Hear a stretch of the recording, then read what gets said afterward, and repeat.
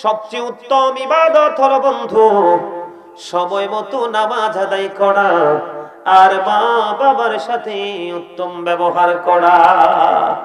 কারণ বন্ধু মনে রাখতে হবে, ইন্নাল জান্নাতা তাহতা আকদামিল উম্মাহাতিকুম, প্রেয়ার ইজ দ্য কি টু প্যারাডাইস। নামাজ হলো জান্নাতের চাবি। ঠিক কিনা বলেন? কথা বলেন না কেন? নামাজ হলো বন্ধু জান্নাতের চাবি, আর মায়ের পায়ের নিচেই হলো সন্তানের জান্নাত। Paradise of the child under the feet of the mother. Innal jannata tahta aqdamil ummahatikum. মায়ের পায়ের নিচেই তোমাদের জান্নাত। একদিকে নামাজ কি জান্নাতের চাবি কি? কথা বলে না। আরে ভাই কথা মন দিয়ে আপনার কি ওয়াজ আমার বুঝতে হবে না? শুধু কি এই এক কান দিয়ে শুনবেন আরেক কান দিয়ে বের করে দিলে এটার জন্য ওয়াজ? আপনাদেরকে মন দিয়ে শুনতে হবে। নামাজ হলো জান্নাতের চাবি। ঠিক কিনা? মিফতাহুল জান্নাতি, ঠিক, আসসালাতু মিফতাহুল জান্নাহ। নামাজ হলো জান্নাতের চাবি। আর নবীর হাদিস থেকে প্রমাণ হলো জান্নাত হলো মায়ের পায়ের নিচে। বন্ধুরে আমার, আপনি যদি জান্নাত খুঁজে পান তাহলে চাবির প্রয়োজন।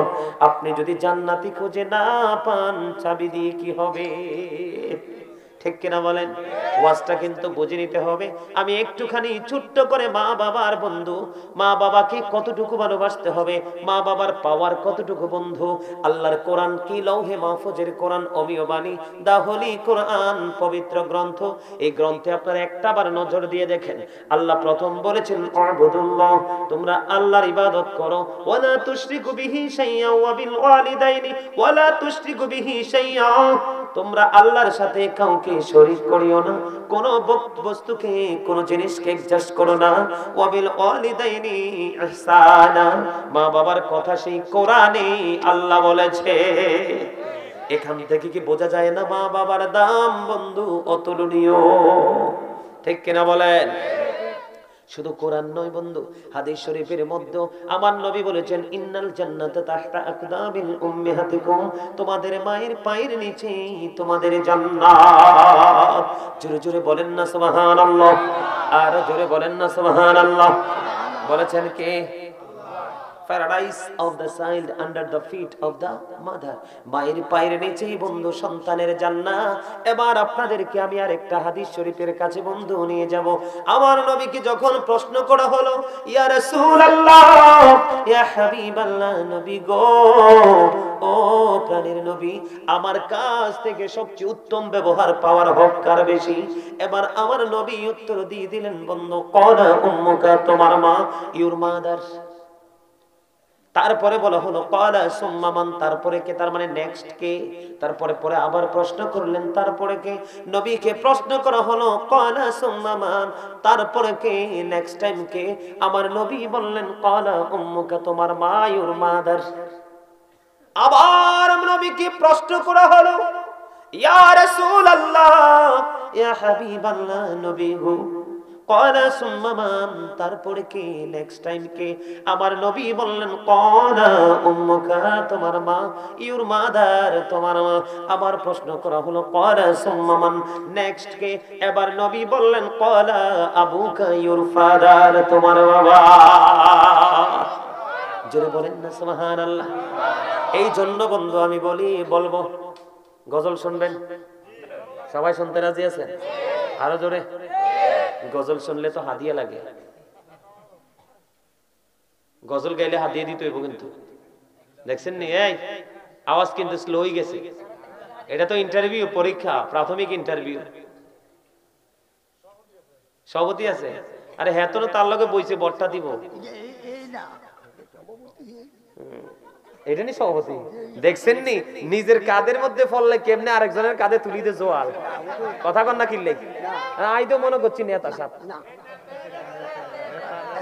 আলহামদুলিল্লাহ কোন আমার মা নাই, আমার বাবা নাই, দয়াল রে দয়াল, আমার কি মা ডাকার সাদ নাই রে, আমার কি বাবা ডাকার সাদ নাই রে, বলেন আমার মা নাই, আমার বাবা নাই, দয়াল রে দয়াল, কি মা ডাকার স্বাদ নাই রে। ঘরে যাইয়া সবাই দেখে মা জননীর মুখ, বাবা যখন মাথায় হাত দে ভুলে যাই সব দুঃখ। আমার মা নাই, আমার বাবা নাই, দয়াল রে দয়াল, আমার কি মা ডাকার স্বাদ নাই রে। বলেন শয়নে স্বপনে শুধু মা তোমার কথা মনে হয়। বলেন শয়নে স্বপনে শুধু মা তোমার কথা মনে হয়। কতদিন দেখি না তোমার, ভুলে কি গেছো আমায়, ভুলে কি গেছো আমায়। আদর সোহাগ মাগো আর কোথা পাবো, কার চলে আমি নিজেকে জড়াবো, কার কাছে ধরবো মিছে বায়না, তোমার মতো কেহ নাই। শয়নে স্বপনে শুধু মা তোমার কথা মনে হয়। মারহাবা বলেন। আপনার মা বাবার পক্ষের লোক না? এই গজলটা ভালো লাগছে না? না এর লেগে তো মনে হয়, আমার কাছে মনে হয়েছে ভালো লাগে না, এই জন্য তো আমি অর্ধেক রাস্তায় ছাইড়ে দিলাম।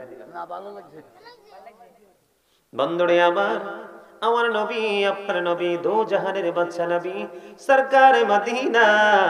জোরে জোরে বলেন মারহাবা। মোহাব্বত দিছে, মোহাব্বত। আলহামদুলিল্লাহ বলেন। আমি সব মাহফিলে গেলে এভাবে ট্রাই করি মানুষের মানসিকতা, তার এক্সপেরিয়েন্সটা কেমন আছে সেটা শোনার প্রতি একটু ট্রাই করার জন্য হাদিয়ার কথা বলে দিয়ে অনেক কিছু হয়ে যায়। আবার কেউ আছে যে হুজুর আপনি গজল একটা না আরো গাইতে থাকেন। গতকালকের আগের দিন মাহফিলে এরকম এক ইয়াং ম্যান সামনে দিয়ে বইছে, তো টুপি টাপি নাই, একটু ফ্রেন্ডসের মতো দেখা যায়। তেন আমি জানি না এত যে নবীর প্রেম তার অন্তরে, ভালোবাসা তার অন্তরে, গজল যখন শুরু করলাম এবার দিয়ে সবার আগে আইন না 1000 টাকার নোট একটা দিয়ে গেছে। এবার তো কি বলবো গো হুজুর, আরেকটু দয়া করে গান, হুজুর গজল আপনার খুব পছন্দ। আমি কিন্তু একজন রাইটার, আমার কাছে কিন্তু গজলের অভাব নাই, লিখি আমি, সুর দিই আমি, গাইও আমি। আপনারা শুধু হাদিয়া লাগবে না, শুধু শুনতে রাজি থাকলেই আমি রাজি।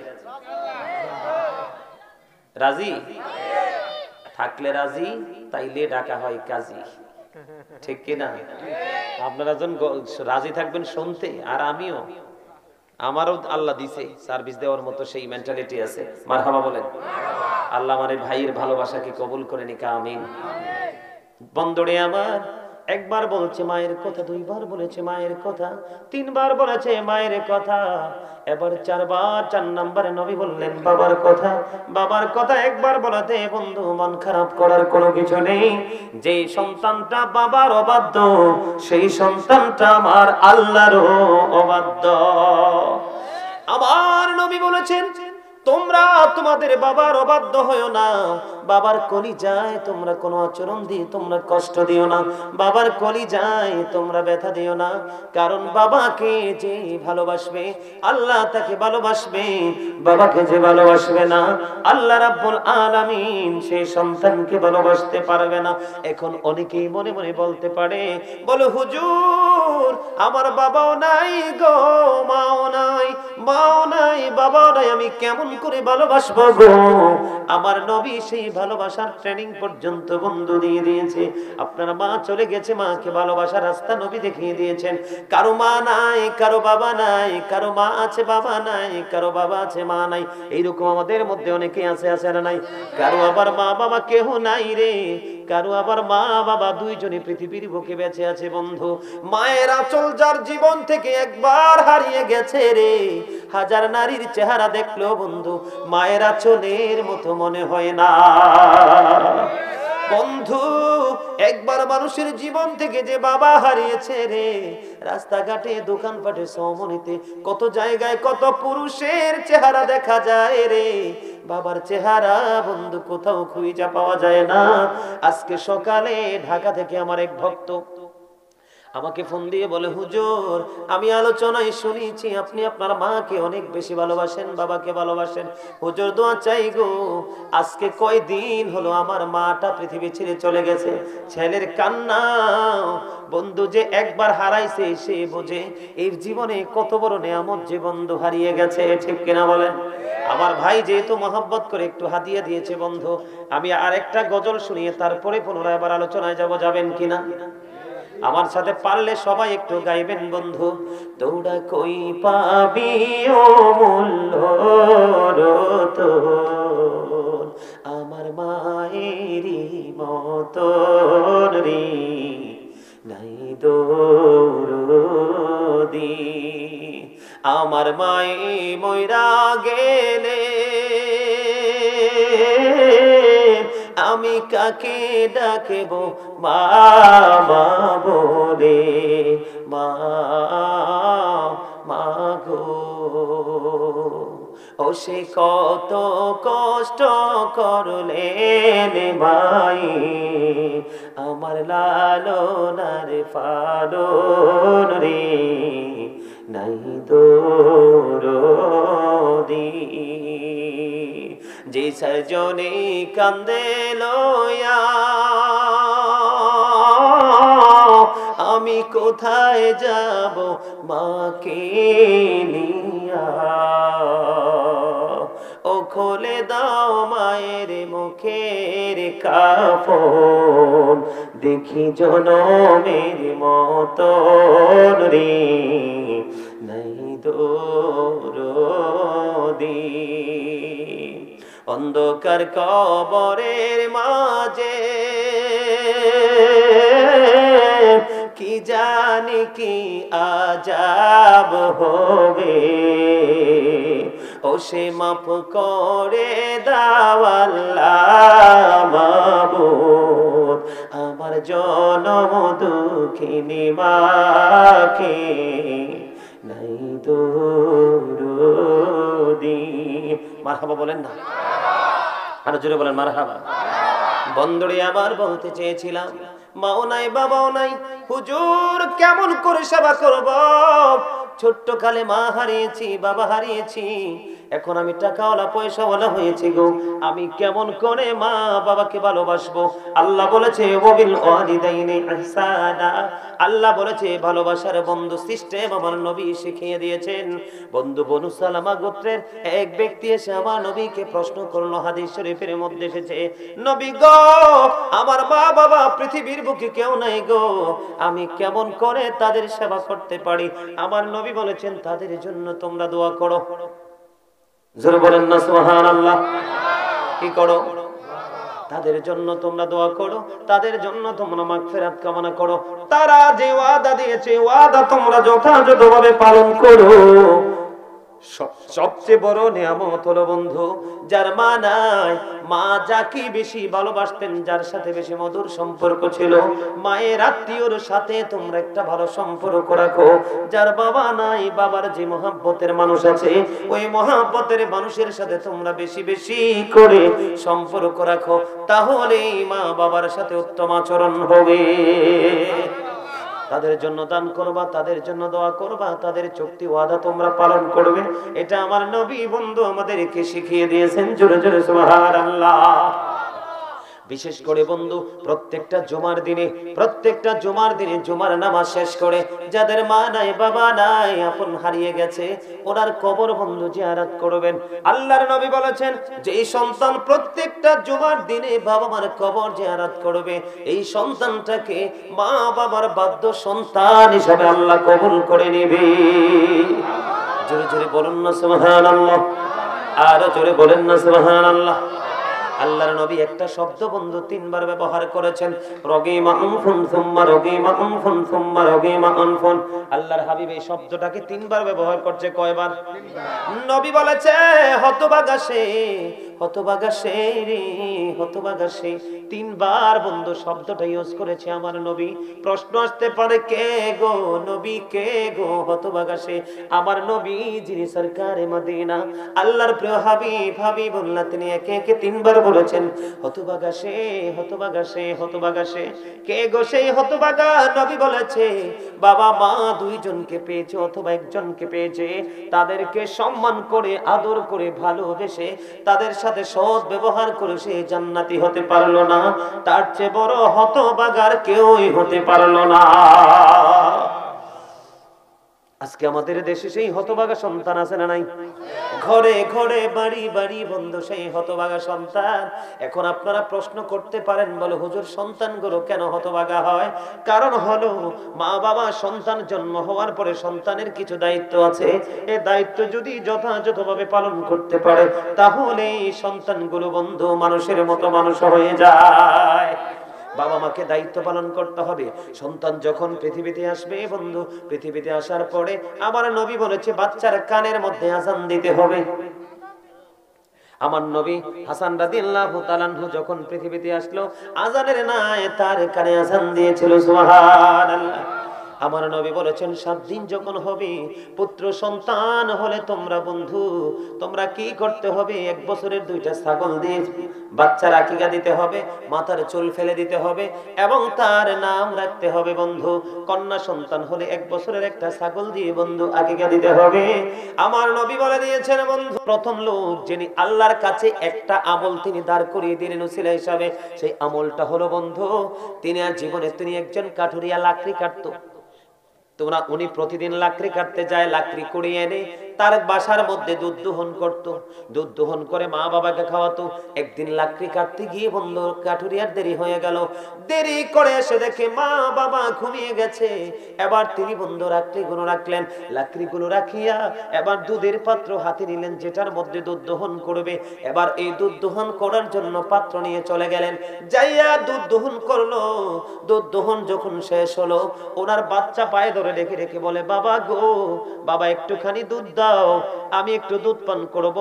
ওই কাঠুরিয়া বলে, না, যতক্ষণ না পর্যন্ত মা বাবাকে দুধ খাওয়াতে না পারবো, অতক্ষণ পর্যন্ত আমি আমার সন্তানকে দুধ খেতে দিব না।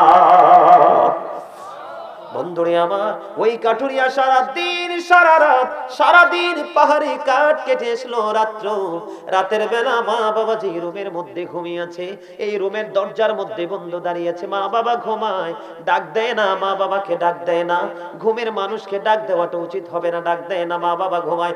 সারা রাত বন্ধু মা বাবার ঘরের রুমের দরজায় দুধের পাত্র বন্ধু হাতে নিয়ে তিনি দাঁড়িয়ে রইলেন। ফজরের আজান দিল, মা বাবার ঘুম ভাঙলো।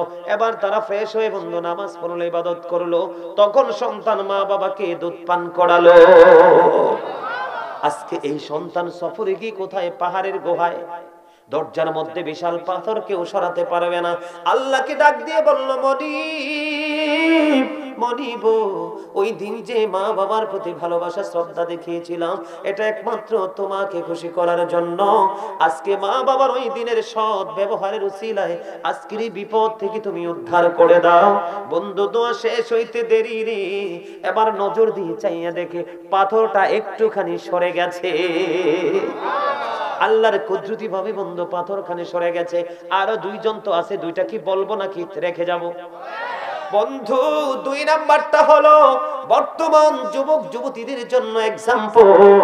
2 নাম্বার ব্যক্তির জীবনে একটা মহৎ কাজ করেছিল আল্লাহকে খুশি করার জন্য। তিনি তার এক বোনকে, চাচাতো বোনকে ভালোবাসতেন। বন্ধু স্বামী স্ত্রী যেমনি ভাবে শারীরিক ভাবে মেলামেশা করে, সেই ওই যুবক ছেলেটা তার চাচাতো বোনের সাথে ওই রকম অবৈধ মেলামেশার জন্য হাজার চেষ্টা করেছে। মেয়েটাকে কোনোভাবে বন্ধু সে রাজি করতে পারলো না। একটা সময় বন্ধু দেশের মধ্যে দুর্ভিক্ষ শুরু হয়ে গেল, অনাবৃষ্টি দেখা দিল। মেয়েটার মা বাবা তার আঙ্গিনায় নাই। এবার ছেলেটা কি করলো? মেয়েটাকে 120 দিরহাম দিল। কত? 120 দিরহাম দিল নির্জনে সুযোগ পাওয়ার জন্য। 120 দিরহাম দিয়ে মেয়েটার কাছাকাছি যখন বন্ধু চলে গেল, মেয়েটার কাছাকাছি চলে যাওয়ার পরে এবার মেয়েটা একটা ডাক দিয়া বলে, আমাকে যিনি মোহরানা দিয়ে বউ করে নিবে রে, তুমি তার হক নষ্ট করো না। জোরে বলেন না সুবহানাল্লাহ। হাদিস শরীফের মধ্যে এসেছে একটা বেগানা পুরুষ আর একটা বেগানা নারী যখন থাকে, মাঝখানে থাকে শয়তান। আজকে দেখেন তাদের উপরে আল্লাহর কি রহমত। মেয়েটা ডাক দিয়া বলে, তুমি আমার ইজ্জত নষ্ট করো না, কারণ যিনি আমাকে চিরদিনের জন্য বউ করে ঘরে নেবে, যিনি আমার স্বামী হবে, তার জন্য এই সতীত্ব আমাকে রক্ষা করা দায়িত্ব, তুমি আমার ইজ্জত নষ্ট করো না। মেয়েটা বলল, যুবক আল্লাহকে ভয় করো গো, আল্লাহর কথা তুমি মনে করো, আমার ইজ্জতে তুমি আঘাত করো না। বন্ধু, ওই যে 2 নাম্বার যুবক পাহাড়ের গুহার মধ্যে বিপদে পড়ে আছে, ওই যুবকটা সেই দিন কি করেছিল? মেয়েটা বলতে দেরি রে, তখন সঙ্গে সঙ্গে ছেলেটা, হাদিস শরীফের মধ্যে এসেছে, ছেলেটা একেবারে মেয়েটার লজ্জাস্থানের কাছাকাছি বরাবর চলে গেল। মেয়েটা যখন একটা ডাক দিল, তখন ছেলেটা ঠাস করে মেয়েটাকে ছেড়ে দিল। এবার ডাক দিয়ে বলল, আমি তোমাকে ছেড়ে দিলাম, যিনি তোমার মোহরানা দিয়ে স্বামী হয়ে বউ করে নিবে, তার জন্য তোমার ইজ্জত আমি স্থগিত তোমার জন্য আমি রেখে দিলাম, এবং তোমাকে 120 দিরহাম তুমি দিয়েছিলাম, আমি এই দাবি পর্যন্ত আমি তোমাকে মুক্ত করে দিলাম। এই যুবক যখন এর কনফিডেন্সলি তাকে যখন মুক্ত করে দেয়, এই যুবক আল্লাহকে ডেকে ডেকে বলে, বন্ধু আল্লাহ গো, ওই দিন যে আমি কাজটা করেছিলাম গো, শুধু তুমি আল্লাহকে ভয় করে হাসরের দিনে হিসাব দিতে হবে। যৌবনকালের হিসাব কিন্তু বড় করা হিসাব নেবে আল্লাহ। নারী বলেন পুরুষ বলেন, বন্ধু আল্লাহ সেই দিন তোমাকে খুশি করার জন্য আমি সেই পাপ থেকে মুক্তি নিয়েছিলাম, মেয়েটাকে ছেড়ে দিয়েছিলাম। ওই দিনের আমল যদি তুমি কবুল করো গো, এই বিপদ থেকে আজকে উদ্ধার করো। বুখারী শরীফের মধ্যে এসেছে বন্ধু, আমার নবী বলেছে, সে দোয়া শেষ হইতে দেরি, চাইয়া দেখে পাথরটা আরো একটু সরে গেছে, কিন্তু বের হওয়ার মতো কোনো ব্যবস্থা নাই। এর যুবক, বর্তমান যুবক যদি নির্জনে নারী পুরুষ একত্রিত হয়, 2 জন পাগল পারা হয়ে যাবে, ঠিক কিনা বলেন? এইরকম ছাড়াছাড়ি হবে না। এই হাদিস শরীফের এই অংশটা যুবক যুবতীদের জন্য বড় একটা শিক্ষা।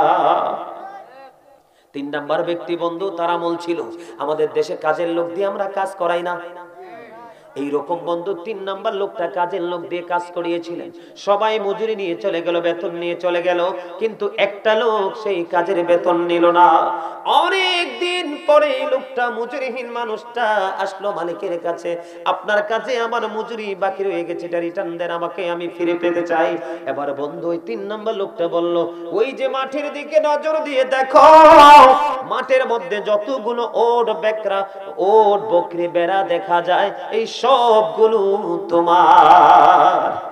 এবার 3 নাম্বার লোকটা বলতেছে, আপনি কি আমার সাথে ঠাট্টা করেন? কয়, না না, যেদিন তোমার হকটা তুমি আমার কাছে রেখে গিয়েছিলে, সেদিন আমি সেটা বিনিয়োগ করেছিলাম, আজকে বাড়তে বাড়তে এই পর্যন্ত এসেছে, তার মানে সবগুলো তোমার, এগুলো একটাও আমার না। ওই শ্রমিক তার সবগুলো পাওনা বন্ধ নিয়ে চলে গেল। 3 নাম্বার ব্যক্তি বলল, আল্লাহ গো, সেই দিন শ্রমিকের যথাযথ মজুরি আমি ফিরিয়ে দিয়েছিলাম, শুধু তুমি আল্লাহকে ভয় করে ভালোবাসিয়া ওই দিনের আমল যদি তুমি কবুল করো গো, আজকের বড় বিপদ থেকে উদ্ধার করো। দোয়া শেষ হইতে দেরি রে, এবার চাইয়া দেখে বন্ধু আল্লাহর কুদরতে পুরো পাথরটাই সরে যায়। আমি হাদিস শরীফটা বলেছি বন্ধু, এখানে মা বাবার প্রতি সদাচরণের রেজাল্ট আছে না নাই? এই জন্য হাদিস শরীফটা বন্ধু শুনিয়েছি। বন্ধুরে আমার, আল্লাহ মা বাবাকে ভালোবাসলে বন্ধু কেমন বেনিফিট পাওয়া যায়।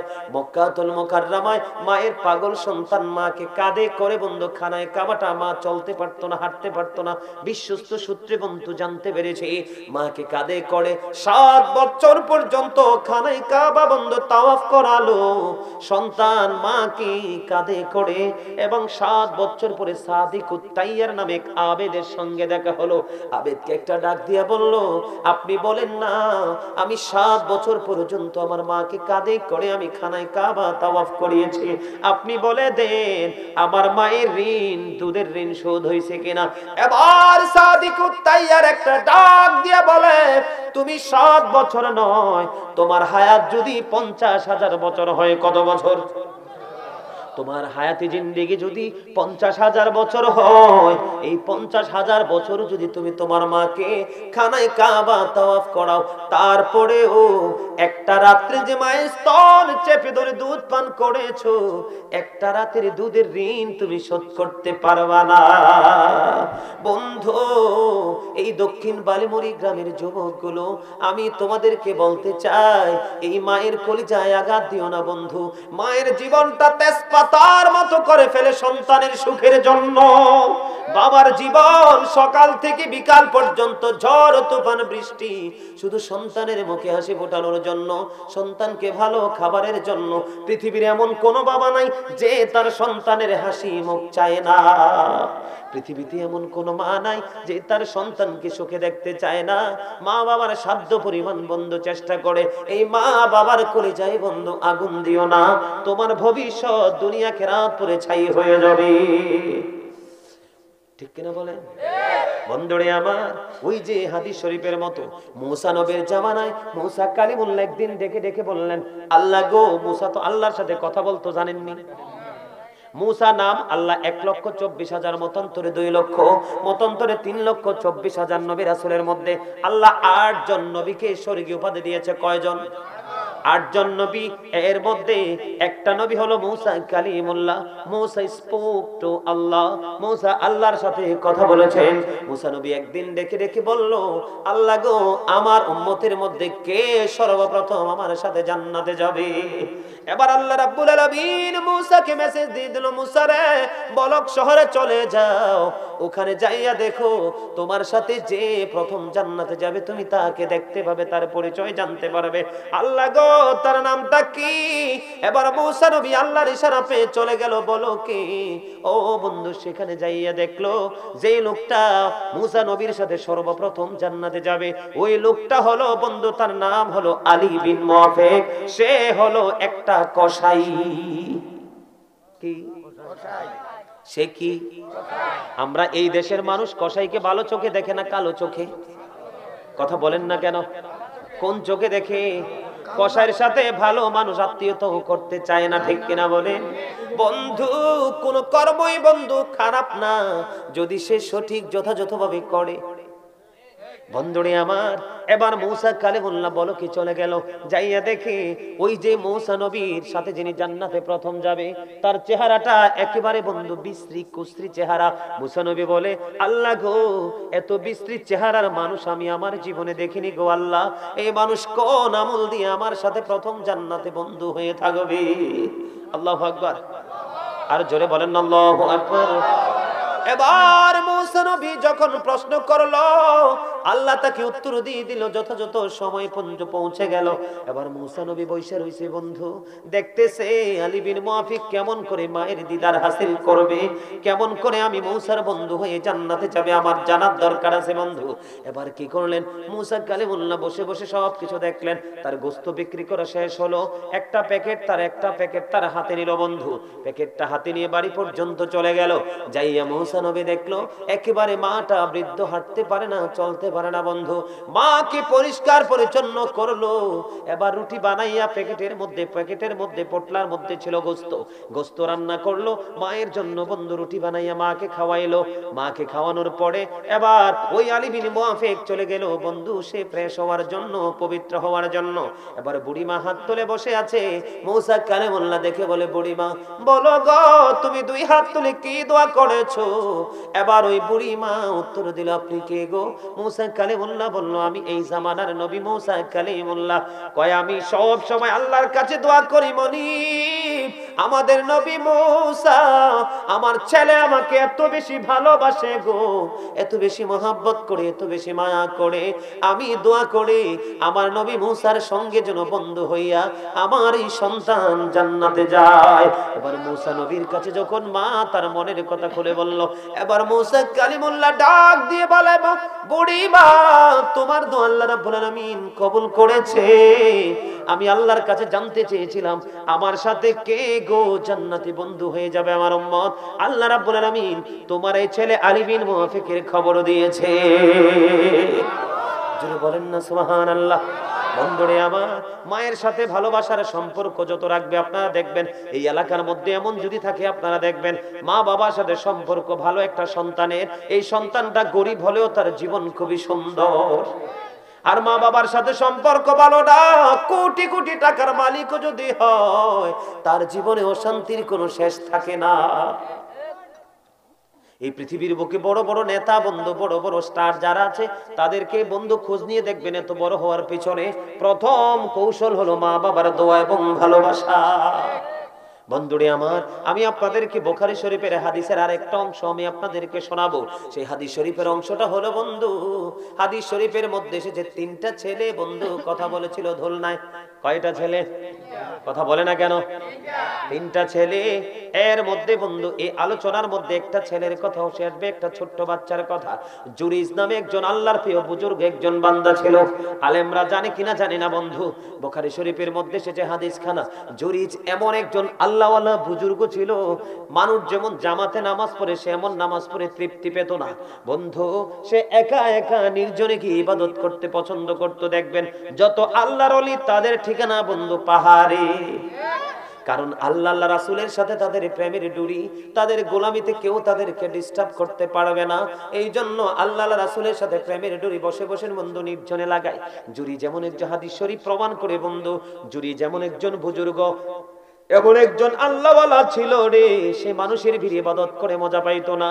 তিনি ইবাদত করার জন্য, একাগ্রচিত্তে ইবাদত করার জন্য উনি মা লোকালয় থেকে একটু দূরে একটা মাটি দিয়ে বন্ধু হুজরা বানালো। কি হুজরা বুঝেননি?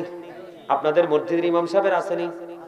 সব মসজিদে, কিছু মসজিদ নতুন হয় যে অনেক থাকে না, পুরনো গুলো সবগুলোরই কিন্তু আছে রে কেনা বলেন বন্ধু। এই জুরিজ এমন আমলদার, এমন আল্লাহর প্রিয় লোক ছিল, সে আল্লাহর গোলামিতে খুব ভালোবাসতো, পছন্দ করতো, স্বাচ্ছন্দ্য বোধ করতো। এবার জুরিজ কি করলো, মাটির হুজরার মধ্যে বসে বসে বন্ধু ইবাদত করতেছে। একদিন জুরিজ হুজরার মধ্যে বন্ধু নামাজের নিয়ত করে ফেললো। এবার বাহির থেকে মা ওই হুজরার কাছে মা গেল, মা যাইয়া ডাকে, বাবা জুরিজ আমি মা এসেছি তোমার সাথে দেখা করার জন্য, তুমি আমাকে দেখা দাও। এবার জুরিজ নামাজে দাঁড়ায়া দাঁড়ায়া বলে, আল্লাহ গো, মা তো বাহির এসেছে, আমি কি মায়ের ডাকে সারা দিব না নামাজ চালিয়ে যাব? বন্ধু জুরিজ মার সাথে দেখা করলো না, নামাজ চালিয়ে গেল। নামাজ শেষ করার পরে আয়েশা দেখে মা নাই, মা চলে গেছে। একদিন চলে গেল বন্ধু, দ্বিতীয় দিন আবার মা তার কাছে দেখা করতে গেল। ওই দিনও জুরিজ নামাজরত অবস্থায় তিনি নামাজ চালিয়ে গেলেন, মায়ের সাথে দেখা করলেন না। নামাজ শেষ করার পরে চাইয়া দেখে মা নাই। আবার তৃতীয় দিন চলে গেল মা সন্তানের সাথে দেখা করার জন্য। এবার বন্ধু যাইয়া দেখে আজকেও তৃতীয় দিন জুরিজ নামাজরত অবস্থায় মা ডাকে, বাবা বাবা গো, একে একে 3 দিন তোমার সাথে দেখা করতে এসেছে আমি, মা দেখা দাও। এবার সন্তান বন্ধু আজকেও নামাজ চালিয়ে গেল। তৃতীয় দিন নামাজ শেষ করে বাইরে এসে দেখে আজকেও মা হুজরার বাহিরে নাই। বন্ধুরে আমার, হাদিস শরীফ দেখেন কত ভয়ঙ্কর এবং কত সচেতনতা আমাদের জন্য হাদিস শরীফের এই অংশটা। এবার তৃতীয় দিন মায়ের সাথে দেখা হলো না, মা চলে গেল। যাওয়ার সময় ডেকে ডেকে বলে, আল্লাহ আমি একে একে 3 দিন করে আসলাম ছেলের সাথে দেখা করার জন্য, আমার ছেলে দেখা দিল না, তাকে বেশ্যা মহিলার মুখ না দেখাইয়া তুমি মরণ দিও না। জোরে বলেন না নাউজুবিল্লাহ। বেশ্যা মহিলা বুঝছেন তো, ঠিক কিনা? চরিত্রহীন মহিলা, অবৈধভাবে বন্ধু মেলামেশা করে আছে না নাই? সমাজের মধ্যে থাকতে পারে বন্ধু। এবার পাশে বসবাস করতে এক বেশ্যা মহিলা। এবার ওই বেশ্যা মহিলা তিনি পাগল হয়ে গেল, জুরিজের চরিত্রে বন্ধু কলঙ্ক লাগানোর জন্য পাগল হয়ে গেল। ও বন্ধু, বেশ্যা মহিলা অন্য যুবকের সাথে মেলামেশা করলো, তার পেটে সন্তান চলে আসলো, নাউজুবিল্লাহ বলেন না। এবার মানুষ যখন তার গর্ভে সন্তান বড় হতে লাগলো, দেখতে দেখতে বেশ্যা মহিলা বন্ধু সন্তান প্রসব করলো। মানুষ জানতে চাইলো, এই বাচ্চা তুমি কোত্থেকে আনছো? এবার সে বলে, এই বাচ্চা আনছি আমি জুরিজের কাছ থেকে। জোরে জোরে নাউজুবিল্লাহ। জুরিজ তো জানেই না আল্লাহওয়ালা জুরিজ, সরল মনা জুরিজ, আল্লাহর পাগল, আল্লাহর গোলামির জন্য মানুষ ছেড়ে নির্জন জায়গায় চলে গেল। এবার সমাজের মানুষগুলো তৎকালীন সময়ে হাদিস শরীফের মধ্যে এসেছে বন্ধু, এবার জুরিজকে মারার জন্য বন্ধু দলে দলে মানুষ আসলো। জুরিজের হুজরাটা ভেঙে ফেলেছে মানুষ, আর জুরিজকে টেনে হেসড়ে তার হুজরা থেকে বের করে নিচ্ছে। জুরিজ দেখে দেখে বলছে, কেন গো তোমরা আমাকে প্রহার করতেছো, মারতেছো? বুঝতে পারি না কেন গো তোমরা আমাকে মারতেছো। বন্ধু সর্বশেষে মানুষগুলো বলল, তুমি বেশ্যা মহিলার সাথে ব্যভিচার করে সন্তান দিয়েছো, এই জন্য তোমার পানিশমেন্ট। বন্ধু জুরিজ বলল, তোমরা আমাকে একটা ঘটি দিয়ে পানি দাও। তাকে একটা ঘটি দিয়ে বন্ধু পানি দেওয়া হলো। পানি দেওয়ার পরে সে অজু বানালো। অজু বানানোর পরে বলল, বাচ্চাটাকে নিয়ে আসো। বাচ্চাটাকে যখন নিয়ে আসলো, বাচ্চাটার পেটটার উপর হাতটা দিয়ে জুরিজ বলল, বাবু বলো না তোমার বাবাকে। বাচ্চাটা দেখিয়ে দিল, ওই রাখাল আমার বাবা। জোরে জোরে আল্লাহু আকবার। আমি আপনাদেরকে বুঝাইতে চেয়েছি বন্ধু কোন জায়গাটা। ছেলে গো আল্লাহওয়ালা ফরেজগার বুজুর্গ, কিন্তু বেশ্যা মহিলার সাথে তার চরিত্র মিলছে কিনা? কথা কন না কেন? মানুষ তার উপর হামলা করছে কিনা? হুজরা ভাঙছে কিনা? আমি আপনাদেরকে বুঝাইতে চাই, ছেলে কি মাকে গালি দিয়েছিল? কোনো কিছু করেনি, আল্লাহর গোলামিতেই ছিল। তারপরে আল্লাহর কাছে এটা ভালো দেখায়নি। এই জন্য মা দরখাস্ত করতে দেরি বন্ধু, আল্লাহ কবুল করতে দেরি হয় না। মা যখন বৃদ্ধ হয়ে যায়, মা যা চাইবে তাকে তাই দিতে হবে। তৌফিক থাকলে মার মন যেমনি খুশি থাকে এমনি মাকে খুশি, বাবাকে এমনি খুশি রাখতে। আপনি যখন ছোট্ট ছিলেন কত প্রস্রাব করছেন, কত পায়খানা করছেন, কত লাথি দিয়েছেন, কত মা বাবার ঘুমকে হারাম করছেন, বাবা মা তো কোনোদিন বিরক্ত হলো না। আপনার মা বাবা যখন বৃদ্ধ হয়ে যাবে, যখন মনে করবেন এরা দুইটা আমার বড় সন্তান, কি যখন মনে করবেন এরা দুইজন আমার কি বড় সন্তান, তখনই কিন্তু আপনার কাছে আর বাবা মার অপরাধকে অপরাধ মনে, আর বাবা মার কোনো কথাই সন্তানের কাছে অপরাধ বোধ হবে। আপনি যদি এইভাবে ভাবতে থাকেন, তখন দেখবেন পৃথিবী কত সুন্দর হয়ে যাবে। ঠিক কিনা বলেন? সম্মানিত উপস্থিতি, মা বাবার সাথে ভালো সম্পর্ক রাখবেন। আর বর্তমানে তো স্বামী স্ত্রীরও সম্পর্ক ভালো না। ঠিক কিনা বলেন? আল্লাহ কোরআনে